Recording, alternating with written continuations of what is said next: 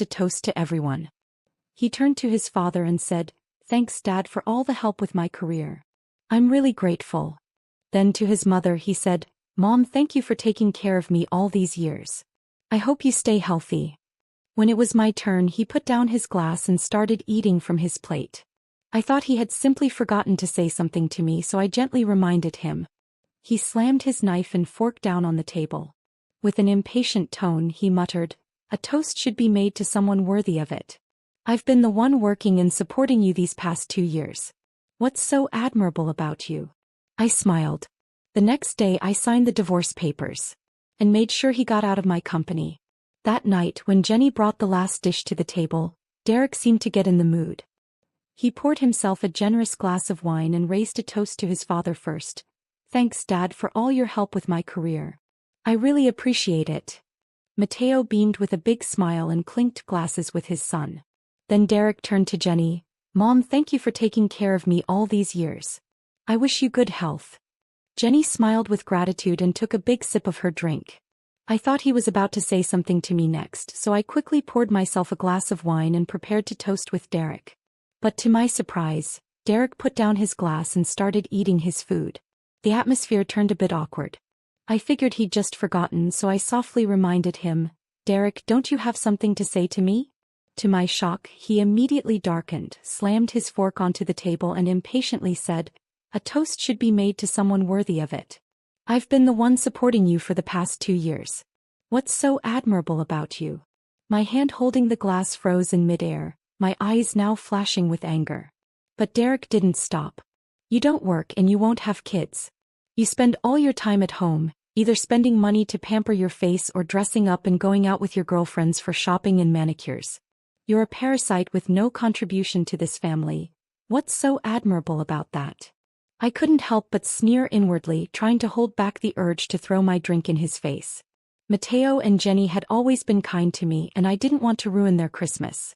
Jenny quickly intervened. "Evelyn, don't be upset. Derek's drunk." Mateo was also scolding Derek, his voice rising with anger. "What are you talking about? Apologize to Evelyn now." But Derek was stubborn.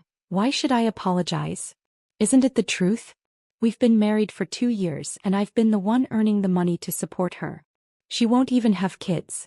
Marrying her is like marrying a damn hen. Oh no, even hen can lay some eggs." Before he could finish his sentence, I swiftly grabbed the steaming pot of soup on the table and splashed it on him. Before he even realized what had happened, I snatched the turkey and shoved its backside into his mouth. In my mind, I thought, he really has some nerve speaking to his boss like that. Derek had no idea that the company he worked for was a birthday gift from my father. The truth was, I rarely appeared at the company. He had never seen me there, so naturally he had no idea I was the largest shareholder. When Derek joined the company, he was just a low-level employee.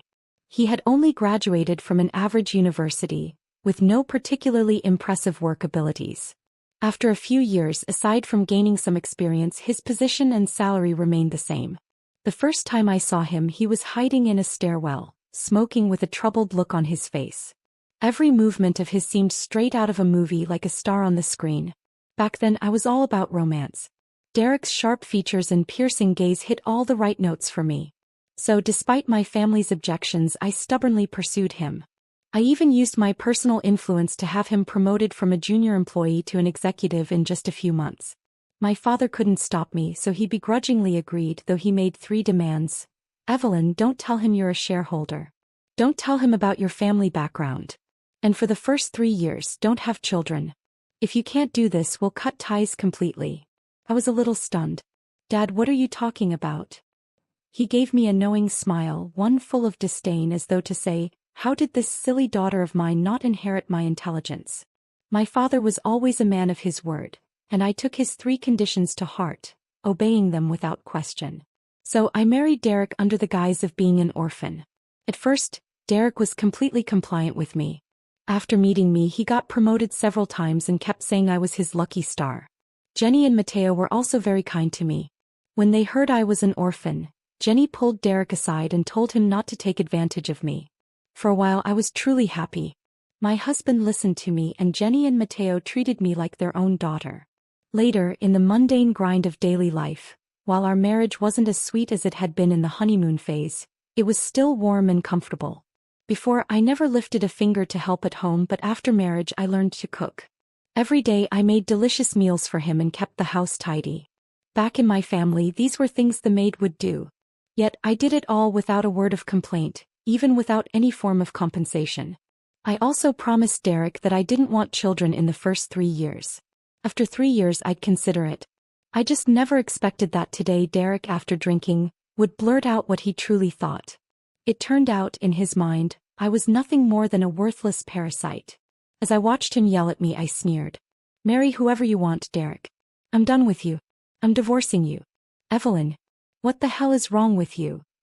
Derek roared at me, his face twisted in fury. I narrowed my eyes, wondering how I had ever found this man attractive. Right now his face looked utterly repulsive. I couldn't be bothered to argue with him. Instead, I pulled out my phone and called my father's driver, asking him to come pick me up. Behind me, Jenny wouldn't stop scolding. "Evelyn, you're being too impulsive. Arguing is one thing, but throwing food? That was out of line. And honestly, Derek has a point. My God, it's Christmas. Do you really have to ruin the mood? Just apologize to him and let it go." I turned around, feeling a deep sense of disappointment. My voice was cold. "Jenny, you're actually defending the way Derek insulted me? So you've thought the same thing all along, haven't you? That I'm worthless? You're just as selfish as he is." How had I never seen it before? Jenny had always favored Derek. She froze, caught off guard, her expression tinged with hurt. "Evelyn, how could you say that to me? I'm your family." "Not anymore." Expressionless, I slid my wedding ring off my finger and flung it at Derek's face. "I'm divorcing your son." With that, I grabbed my bag and walked out. Jenny tried to stop me, but Derek bellowed, "Let her go. She's an orphan, no family, no one to turn to. Let's see where the hell she thinks she's gonna go." My chest tightened, my throat burned, and for the first time I regretted not listening to my family. The driver arrived quickly and took me home. The moment I stepped inside, I collapsed into my parents' arms, sobbing uncontrollably. I hadn't seen them in person for 2 years. Even when I tried to call them, I have to do it secretly. 2 whole years, all for a worthless man like Derek. My father took one look at my tear-streaked face and sighed, shaking his head. "Didn't I tell you Derek was no good? Look what happened. At least you're coming to your senses now. Can you finally get over that ridiculous love-struck brain of yours?" My mother wiped away her own tears and cut him off. "Enough, don't start lecturing her now. Our daughter is home and that's all that matters." She smiled warmly and took my hand. "Let's eat first. It's Christmas and we're just happy to have you back." After dinner, I called my lawyer and prepared the divorce papers. The winter night was long and bitterly cold, but not once did Derek call. Not a single message. In his eyes, I had no parents, no friends. I was alone in this city and he had been my only connection here. Yet he wasn't even slightly concerned about where I had gone or if I was safe. My heart hardened. My resolve to divorce him only grew stronger. The next morning, I walked into my company ready to have Derek sign the papers. The moment I stepped into the company, I spotted my secretary, Taylor. She immediately walked up to me with a bright smile. Glancing around to make sure no one was watching, she finally whispered, "Boss, you're finally here. I haven't seen you in a while." I nodded and told her, "Taylor, from now on, you don't have to be discreet about my identity. Just call me boss in front of everyone." "You got it," she grinned. I settled into my office, waiting for the executive meeting to wrap up. Then, without warning, an uninvited guest barged in. The moment she saw me, her expression twisted with surprise. "Evelyn, this is Miss Charlotte Astor's office. Get out now." I leaned back in my chair, intrigued. How did she know my name? From the way she dressed, it was obvious she was an employee here. She shot me a condescending look and rolled her eyes. "You're Derek's wife, that little orphan, aren't you? I've seen your picture. Didn't expect you to look even worse in person."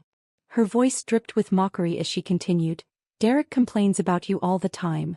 Says you sit around the house doing nothing, won't even give him a kid. No wonder he found someone better." I caught the key detail in her words right away. Derek was cheating.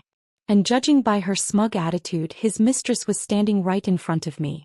My gaze flicked to the name tag on her chest. Sadie Jones. Fingering the divorce papers on my desk, I tilted my head and smirked. So who's Derek in love with? You. Sadie didn't even bother pretending. She let out a loud, triumphant laugh. That's right. Me. And what are you gonna do about it? Derek never loved you. You should face reality, pack your bags and leave. If you behave, I might even put in a good word for you so Derek gives you a little money in the divorce. Otherwise, you'll be left with nothing. Just then the executive meeting ended. A group of high-level managers was walking past my office. Sadie shot me a gloating glance. Watch closely. I'll make sure you understand exactly where you stand. And with that she suddenly smacked herself across the face, hard. Then again. And again. Before I could react, she threw herself backward onto the floor and let out a dramatic scream. Evelyn. You don't even work here. This is a company, not your home. I was just trying to be nice and ask you to leave. Why would you hit me? The commotion drew the attention of the executives outside, and they all stopped in their tracks to look inside. The moment Derek turned his head toward us, I raised my hand and slapped Sadie across the face. Sadie looked dazed, clearly not understanding why I had just slapped her. I flexed my wrist, which stung slightly from the impact, and looked down at her with a cold smile. Sadie, do you even know who I am? She clutched her face, pretending to be pitiful. Even if you're Derek's wife, you can't just barge into the president's office. If the president finds out, we'll all be in trouble.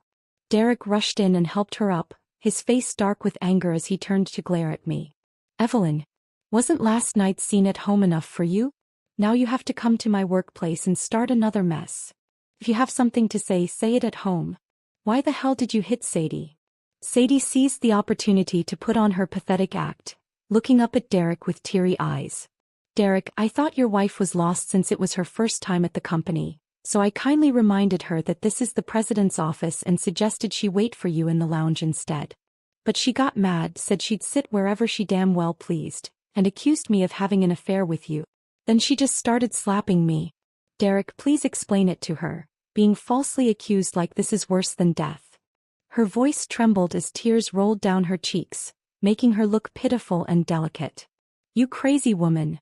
I'm not letting you off this time. Derek, furious beyond reason, lunged at me, hand raised for a slap. Derek. A sharp voice cut through the room. I turned toward the speaker, Mr. Martin, one of the company's shareholders. He recognized me. Sweat was already forming on his forehead as he gave me a quick, respectful nod before snapping at Derek in fury. Are you out of your damn mind? Do you even know who she is? Derek hesitated for a second, lowering his hand but still scowling. Mr. Martin, you don't need to defend her. You don't even know what's going on. This crazy woman threw a fit at home yesterday, ruined Christmas dinner, and now she's here causing trouble at work. She barged into Miss Astor's office, slapped Sadie and started making accusations. If I don't teach her a lesson today, she's going to think she can get away with anything. I shot Martin a subtle look, signaling him not to reveal my identity just yet. Martin hesitated, then wiped the sweat off his forehead and tried a different approach. Maybe you should at least hear your wife out? Hear what? Derek scoffed. Are you saying Sadie would lie? Evelyn is obviously just looking for trouble. She's nothing but a troublemaking shrew. Out of the corner of my eye, I caught the smug look in Sadie's gaze. She cast me a triumphant glance before turning back to Derek with a gentle, almost saint-like expression. She even reached up and patted his back soothingly. Derek, don't be mad. I really don't think Evelyn would do something like this. Maybe there's just some misunderstanding. It's okay if I got hit a few times. I don't want you two fighting because of me. You should really talk things out. Derek's furious expression softened slightly, and his tone turned affectionate. Sadie, you're too kind. But I can't just let this go. She needs to learn her place. With that, he raised his hand again, fully intent on striking me in front of everyone. Astor, miss. Taylor suddenly pushed through the crowd at the doorway, her voice crisp and authoritative as she strode forward. Under everyone's stunned gazes, she held out a folder and placed it in front of me. This document requires your signature. Derek stood frozen, his raised hand awkwardly hovering in the air, unsure whether to lower it or keep it there. Sadie was completely dumbfounded. Mr. Martin let out a deep sigh, while the rest of the onlookers erupted into whispers. She's Miss Astor. But isn't she Derek's wife? There's no mistake. Even if we don't recognize Miss Astor, Taylor does. She's her personal secretary. Derek and Sadie are finished. They messed with the wrong person. They totally deserve it. Amidst the murmurs, someone muttered, "Serves them right." I turned to the speaker, my lips curving into a subtle smile. "Oh. And why exactly do they deserve it?" The person hesitated at first, intimidated, but after catching my encouraging gaze, they gathered their courage and spoke. "Miss Astor, Derek has been cheating on you with Sadie right here at the company. I've seen them sneaking around in the break room during lunch." Their words sparked a wave of agreement. "Yeah, and he's always trash-talking you. I've heard him complain so many times, saying he married a useless hen that won't lay eggs. Sadie's even worse. She said you deserve to be an orphan." My smile sharpened. "Is that so? And how long has this been going on?" "Seems like about a year and a half." A year and a half. So Derek had barely been married to me for 6 months before he started screwing around with Sadie.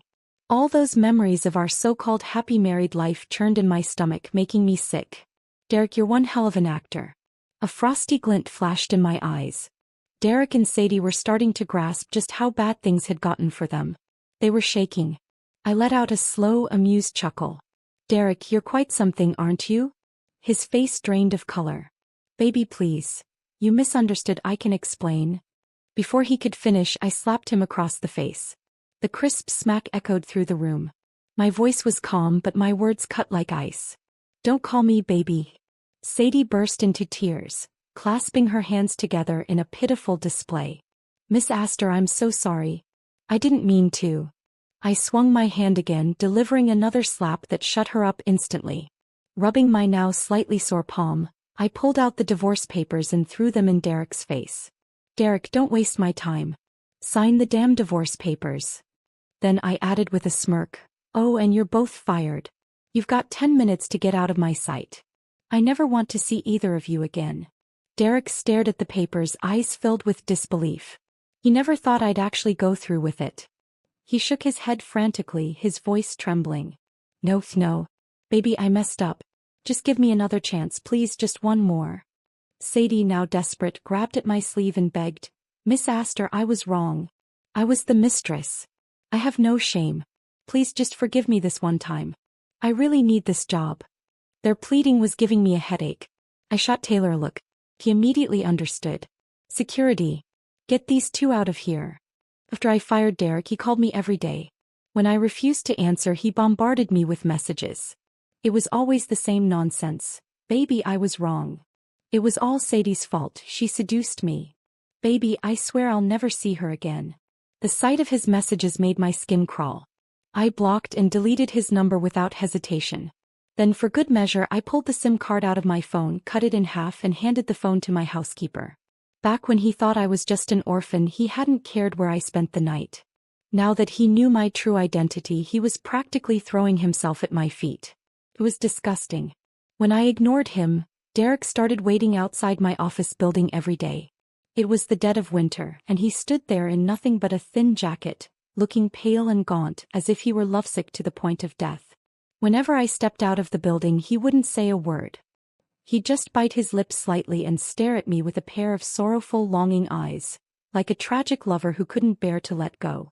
Some passers-by, oblivious to the real story, would whisper, "Poor guy. Another good man heartbroken by a cruel woman." Taylor, however, found Derek's sudden change revolting. She had complained more than once, "Miss Astor, I'm begging you, please make him go away. He's so pathetic, it's making me nauseous." I patted her back as she gagged dramatically. "I'd love to, trust me. But the man won't leave." Watching Taylor wipe her tears and snot, I frowned. For the sake of my employees' mental and emotional well-being, I decided it was time for a new approach. That day Mateo and Jenny showed up. Jenny, heart aching, draped a coat over Derek's shoulders. "Derek, my boy, what are you doing? Why are you degrading yourself like this over a woman? With your looks and background, you could have any woman in the world. Why insist on making her change her mind?" Derek swayed weakly as if on the verge of collapse. "No, Mom. Evelyn is different. As long as she forgives me, I don't care how long I have to wait." I clapped my hands lazily and walked toward him with a smirk. "What a performance. You should have gone into acting." It was the first time I had acknowledged him in days, and his eyes lit up with excitement. Evelyn, please just listen. I waved a hand, cutting him off. Enough. I've heard your speech 100 times. Let's cut to the chase. One last time, are you signing the divorce papers or not? Derek's gaze was unwavering. I won't sign. Evelyn, I still love you. Love my ass. Taylor rolled her eyes so hard behind me I thought they might get stuck. All right then. I turned to the 2 bodyguards standing behind me. Escort him out. Be gentle, especially with Derek's parents. Don't hurt them. Derek's expression shifted as he took in the sheer size of the 2 bodyguards. Panic flickered across his face. Evelyn, you hired bodyguards. What the hell do you think you're doing? I'm not leaving. What can you possibly do to me? I blew the invisible dust off my freshly manicured nails and smiled. You're welcome to stay and find out. Derek was a complete coward. The bodyguards didn't even have to touch him. He bolted on his own. Worse, he didn't hesitate to abandon Mateo and Jenny, who had been shielding him. Later that night, I told the story to my best friend, Lily, laughing as I recounted how pathetic he had looked. But Lily's smile was faint, her tone more serious than amused. So, what's your plan now? He won't sign the divorce papers. Are you just going to wait him out? I let out a sigh. I could use some tricks, spend a little money and have him signing in minutes. But even after that he'd probably still cling to me. A glint flashed in Lily's eyes. Then let's make sure that after the divorce he doesn't have the energy to keep bothering you. I eyed her warily. Lily, what are you thinking? We live in a society with laws. You better not be planning anything illegal. I was only trying to scare him before. Lily was sharper than me and far more ruthless. She ran businesses like a seasoned strategist. I wasn't worried about Derek's downfall. I was worried that if we pushed him too hard he'd lash out at her in desperation. But Lily just flicked my forehead. Use your brain, will you? Do you really think brute force is the only solution? I rubbed my forehead, still puzzled, as she pulled out a stack of photographs. They were of Sadie, working as a waitress in a restaurant. After my father had Derek and Sadie blacklisted from the industry, they had nowhere to go. With no job prospects, Sadie had been forced to work as a server just to get by. What are you getting at? I asked. Lily's smile turned mischievous. I have a plan. The next day we went to the restaurant where Sadie worked and booked a private dining room. Then we specifically requested Sadie as our server. When she walked in and saw me she went pale with fear. But she didn't dare refuse. If she refused service she'd be fired. With shaky hands she pulled out a mask, secured it over her face and stiffened her spine as she brought in the dishes. I pretended not to recognize her. She exhaled, relieved. But just as she was about to slip out of the room, Lily spoke casually, her voice just loud enough to carry. So you're saying you'd give Derek $3 million as a breakup fee? Just for him to sign the divorce papers? Sure enough, Sadie hesitated at the door. She was listening. I let out a troubled sigh. Yeah. And that's not all. My dad said that if Derek divorces me he's willing to give him shares in one of our family's companies. Lily hummed thoughtfully. But Derek seems so devoted to you. He won't agree to divorce. I sighed again, adding a trace of sadness to my voice. I know. Honestly, part of me doesn't want to let go either. But when I think about everything he's done it just hurts so much. Do you think I should go through with it? I mean, he seems really sincere, like he truly regrets it. Should I give him another chance? The shadow by the door disappeared. Lily and I exchanged a knowing glance. The fish had taken the bait. Lily smirked, shaking her head. Sadie is way too greedy. I took a slow sip of my wine, my expression calm. Yeah. She's digging her own grave. To make the act more convincing, my father personally visited Derek's home. He lowered his stance, speaking with deliberate humility. He kept insisting that I had been too impulsive, that I had hurt Derek, and that if Derek agreed to divorce me he'd be compensated with shares in another company. Jenny didn't even bother hiding her disdain. After all, her precious son had been freezing outside my company for days. Her heart had been aching for him. In her eyes, nothing mattered more than her baby boy. Mateo and Derek exchanged a glance. The calculation in their eyes was obvious. If Derek agreed to the divorce he'd get company shares. If he refused he would still be the son-in-law of the Astor family. With the family's massive wealth and me being the sole heir, There was no telling where the inheritance would end up in the future. My father was a smart man. He saw right through their pathetic little game. He sneered and met my gaze. I knew that look in his eyes. Ruthless. As expected, Derek rejected the offer. He feigned sincerity, saying, "I don't want to divorce Evelyn. I still love her." Then he turned to me, his eyes full of forced tenderness. I fought the urge to gag, silently stood up and left with my father. Inside the car, my father pulled out his cologne and sprayed his hands as if scrubbing away the filth. Then he let out an exasperated sigh and scolded me again. "Having a love-struck brain is bad enough. But of all people, this is who you chose. Pretty on the outside, useless on the inside, and rotten to the core." After another deep breath, he asked, "Charlotte, is your plan actually going to work?" I gazed out the window, my voice cold. "Don't worry, Dad.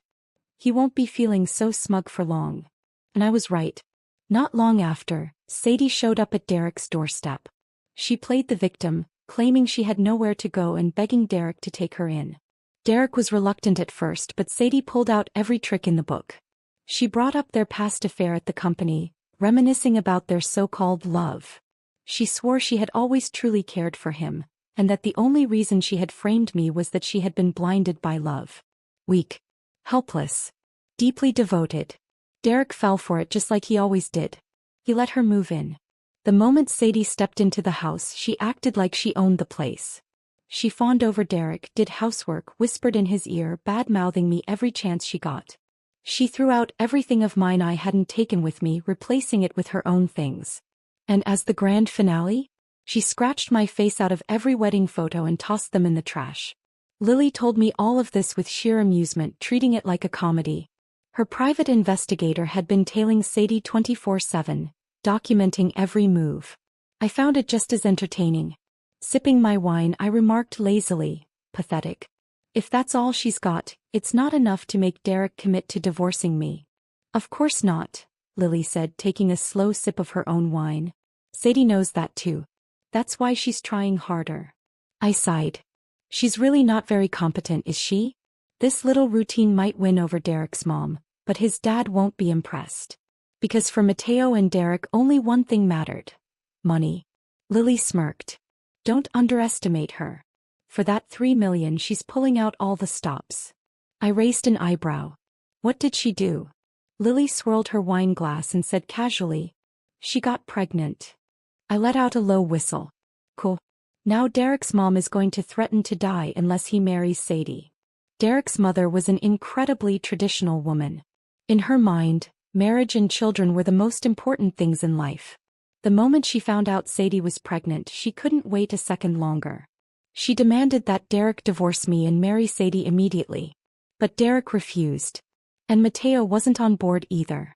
But all the stress over the past few days had already eroded Jenny's emotional stability. She didn't care about wealth or status anymore. She just wanted this family to be settled. So for the first time in her life, this traditional woman did something reckless. She climbed onto the window ledge, one foot already hanging over the edge. One wrong move and she'd plummet. Derek was terrified. No matter how much he begged, Jenny refused to come down. She sobbed hysterically, her voice raw from crying, "Either you divorce that damn woman and marry Sadie or I jump. You and your father can pick one." Derek and Mateo exchanged horrified glances. Meanwhile, Sadie clung to Derek's pants, sobbing dramatically. "Derek, I really love you.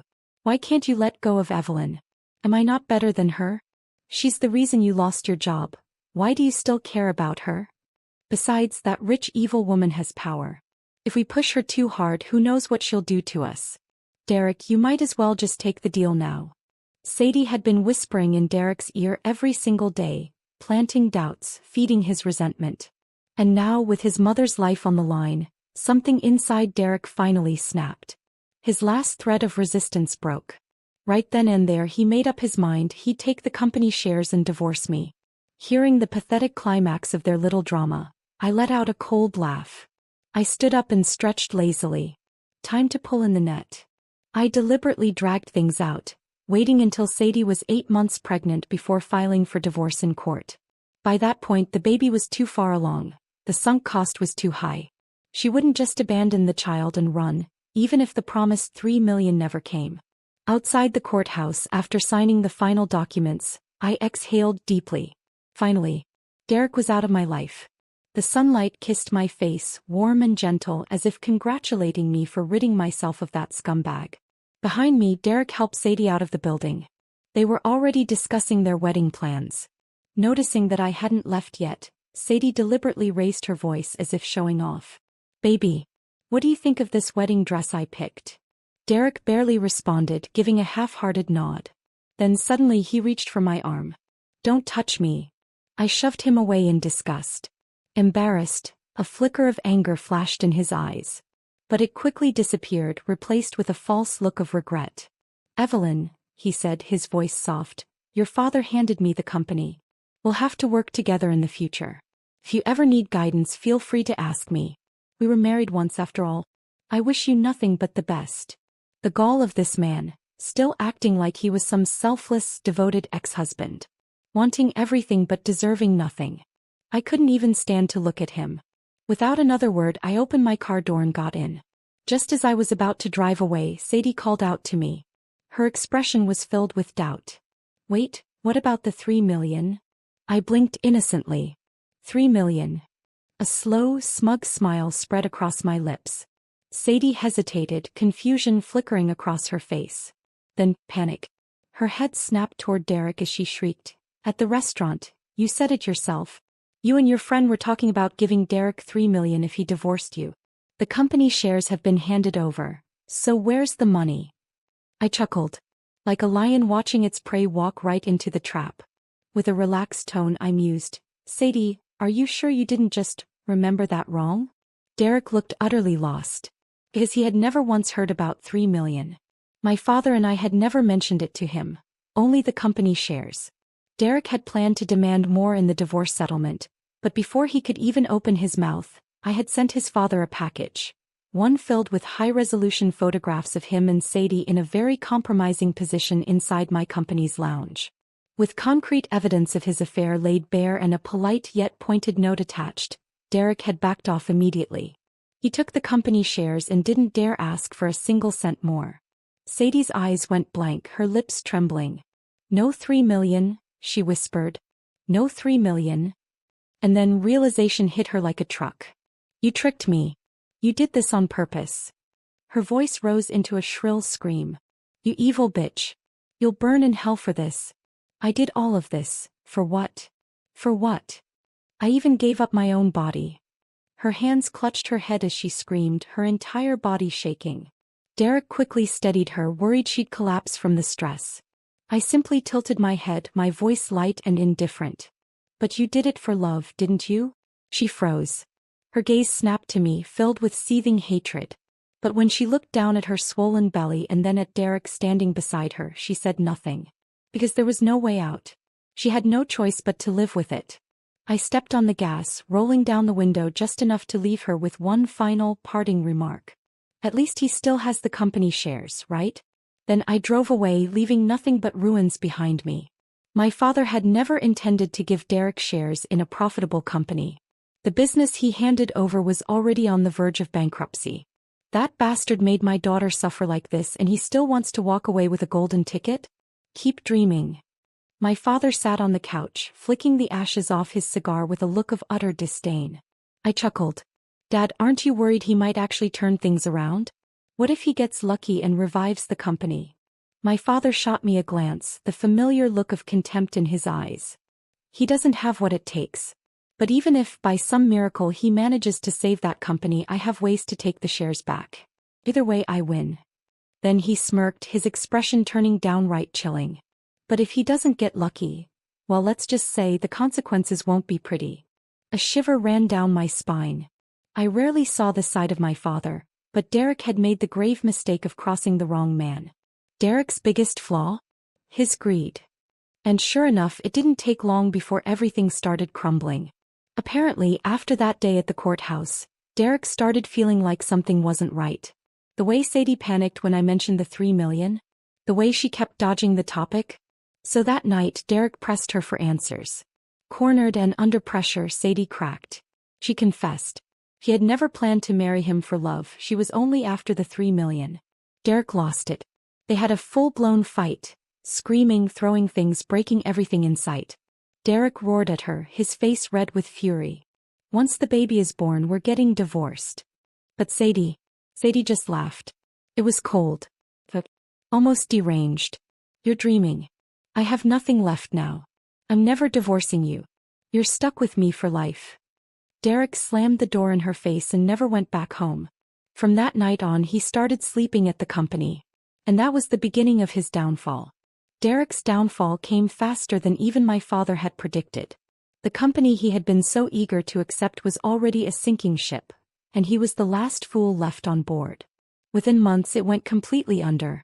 Debt collectors came knocking. The company's assets were seized and Derek was left drowning in liabilities. He tried everything: loans, desperate business pitches, even reaching out to former colleagues. But no one wanted to associate with a failed man. By the time Sadie gave birth, he could barely afford the hospital bill.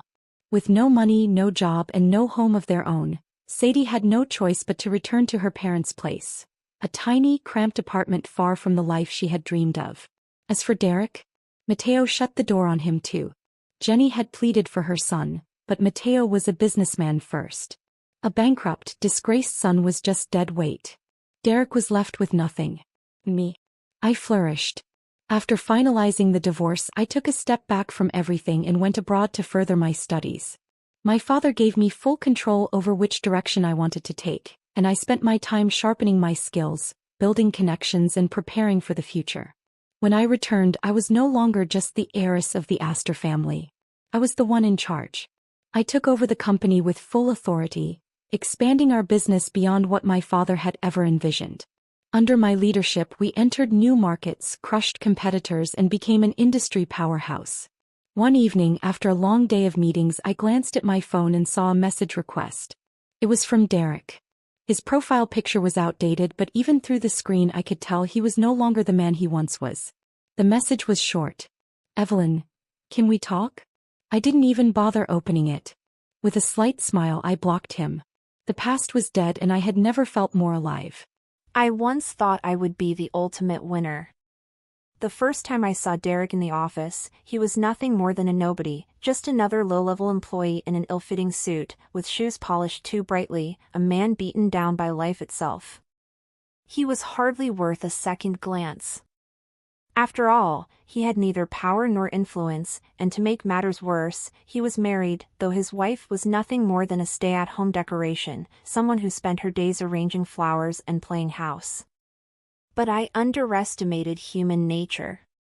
When he rose within months from an insignificant worker to a company executive, that was when I truly noticed him. Power gives men an aura. Suddenly, he seemed desirable.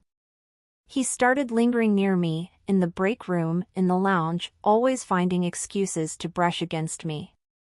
A fleeting touch on the wrist, a whisper of a joke against my ear, a knowing smirk. He thought he was the predator. But he was the easiest prey. Evelyn? Just a useless housewife who spends her days arranging flowers. A true alpha woman would never settle for being a parasite. Derek doesn't need a fragile ornament, he needs a partner, someone who can conquer the business world with him. And I was the perfect match. The day she accidentally walked into the president's office, I thought I had the perfect opportunity to humiliate her. I raised my voice, mocking her in front of everyone, taunting her pathetic background, her orphan mentality. I wanted her to see, to understand, that she had already lost Derek's heart. I watched her expression turn cold. I had one. Pathetic. She can't even keep her own husband. When Derek finally leaves her, I can't wait to see her crumble.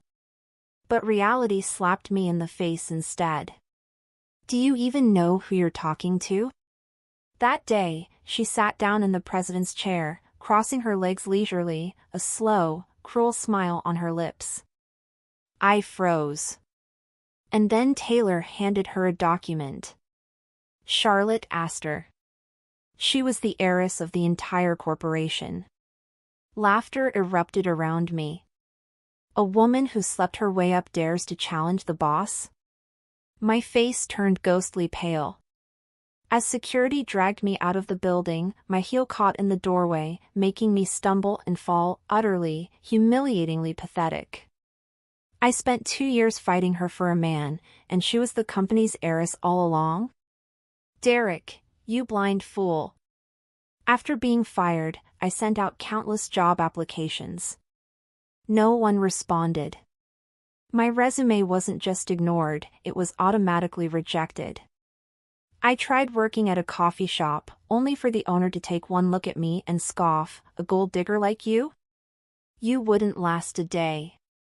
I clenched my teeth, swallowed my pride, and told myself, at least I still had Derek. That was when I overheard them. Evelyn and her friend, sitting in a private booth at a restaurant. "As long as Derek agrees to the divorce, he'll get $3 million. My breath caught in my throat. $3 million. I would never make that kind of money, not even if I worked for a lifetime.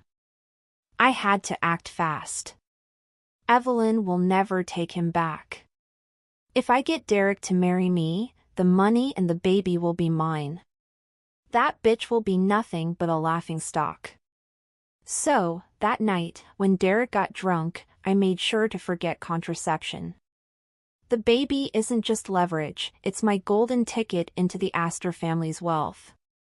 And just as planned, the moment I cried in front of Jenny, that old woman forced Derek into a divorce.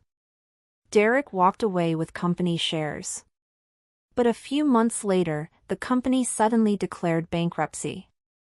Derek lost it. He smashed the furniture in our tiny rental apartment, screaming in rage. I looked at the worthless stock certificates in my hand, and for the first time, fear settled in my gut. He wasn't an investment. He was just trash that the Astor family threw away. I gambled my youth, my reputation, for nothing. Derek turned on me, his eyes wild with frustration. "You only married me for money, didn't you?" I stared back at him. And for the first time, I saw him clearly. Not a wealthy businessman. Not an ambitious leader. Just a loser. That night, while he was out drowning his sorrows, I checked his bank account. I took the last $50,000. Packed my bags. And left with the baby. Before disappearing, I sent him one last text. "You deserve to be played by Evelyn."